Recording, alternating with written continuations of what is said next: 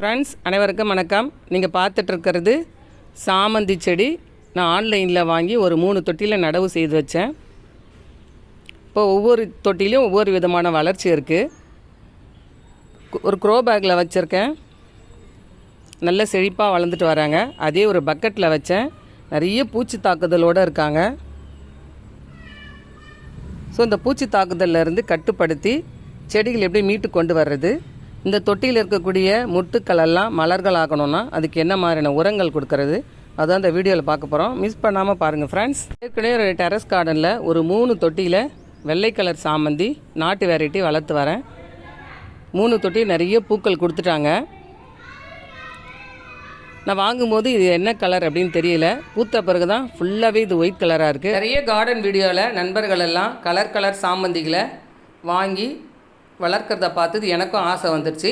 Link கேட்டு நானும் order பண்ணி இப்போது என்னுடைய கார்டனில் கலர் சாமந்திகளை வளர்த்துட்டு வரேன். தொட்டியில் நல்ல வளர்ச்சி தெரியுது. அடுத்து இந்த 2 தொட்டியில் இலைகளெல்லாம் சுருண்டு பூச்சி தாக்குதல் வந்தது போல் இருக்குது. இப்போ இந்த பூச்சி தாக்குதல்லேருந்து இந்த செடிகளை மீட்டு கொண்டு வரணும்.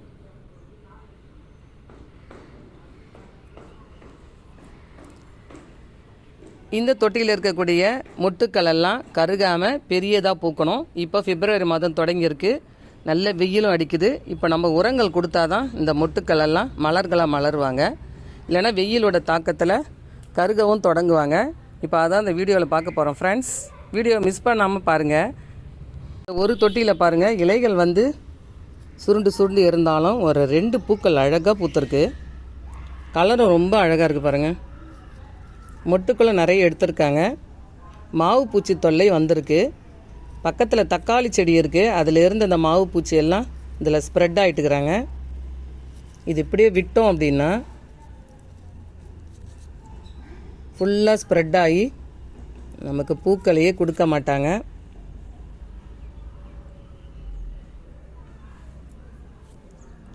இப்போ முதல்ல உரம் தயாரித்து கொடுத்துடலாம். இப்போ பூக்கள் எல்லாம் பெரிதாக பூக்கணும், முட்டுக்கள் எல்லாம் மலர ஆகணும் அப்படின்னா பொட்டாசியம் சத்து அதிகமாக தேவைப்படும். செடி வளரும்போது நைட்ரஜன் சத்து அதிகமாக தேவைப்படும்.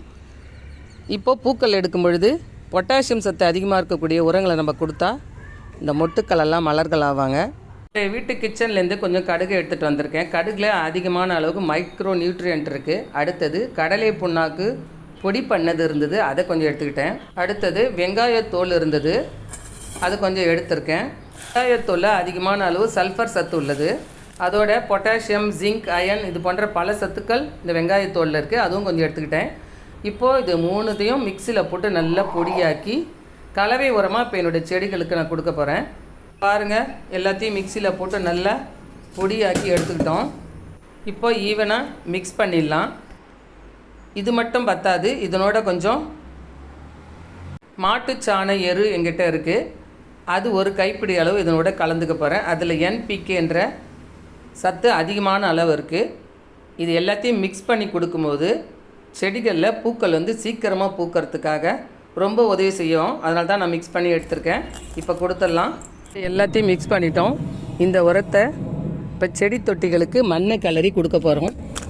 சாமந்தி செடியில் வேர்லேருந்து நிறைய கிளைகள் உருவாகி வருவாங்க.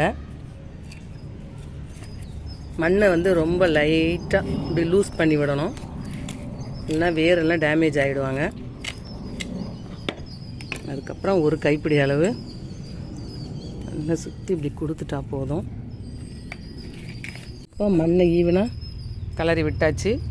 ஒரு கைப்பிடி அளவு செடி தொட்டிகளுக்கு வேரில் கொடுத்துட்டு திரும்பவும் இந்த உரங்களை ஈவனாக ஸ்ப்ரெட் பண்ணி விடணும். அடுத்து இந்த பூச்சி தொல்லையிலேருந்து இந்த செடிகளை மீட்கணும் அப்படின்னா வேப்ப எண்ணெய் கரைசல், அப்படி இல்லைன்னா பஞ்சகாவியம் இருந்தால் தண்ணியில் ஸ்ப்ரே பண்ணி தெளித்து வரலாம். இப்போ நான் என்னுடைய வீட்டில் பூச்சி விரட்டுறதுக்கு என்னுடைய கார்டனில் இருக்கக்கூடிய ஆல்வேரா மடல்களை பொடியை கட் பண்ணி தண்ணியில் போட்டு வச்சுருக்கேன். இப்போ இதில் போய் எசன்ஸ் எல்லாம் இந்த தண்ணியில் இறங்கிடுவாங்க. ஃபில்டர் பண்ணி செடிகள் மேலே ஸ்ப்ரே பண்ணோம் அப்படின்னா தொடர்ந்து ஒரு 2 அல்லது 3 நாட்களுக்கு ஸ்ப்ரே பண்ணால் போதும். இந்த பூச்சிகளெல்லாம் காணாமல் போயிடுவாங்க.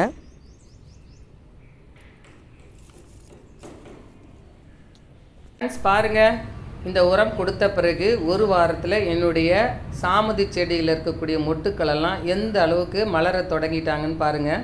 செடியில் இருந்த எந்த மொட்டுக்களும் கருகலை, நல்லாவே மலர தொடங்கிட்டாங்க. நல்ல பிங்க் கலர் சாமந்தி இந்த தொட்டியில். அதோட இன்னொரு கலர் சாமந்தியை நட்டு வச்சுருக்கேன். அதுலேயும் பாருங்கள் வளர்ச்சி நல்ல செழிப்பாக இருக்குது. அடுத்து பூச்சி தாக்குதலும் கட்டுக்குள்ளே வந்துட்டு செடி நல்லா செழிப்பாக வளர தொடங்கிட்டாங்க பாருங்கள். ஓகே ஃப்ரெண்ட்ஸ், இந்த உரத்தை நீங்களும் உங்கள் சாமந்தி செடிகளுக்கு மட்டும் இல்லை எல்லா பூச்செடிகளுக்கும் கொடுத்து வரலாம். நல்ல ரிசல்ட் இருக்கும். இந்த வீடியோ பிடிச்சா லைக் பண்ணி சப்ஸ்கிரைப் பண்ணுங்கள். அடுத்து இந்த மலர்களெல்லாம் பெரியதாக பூக்கும்போது வீடியோ போடுறேன். Happy gardening.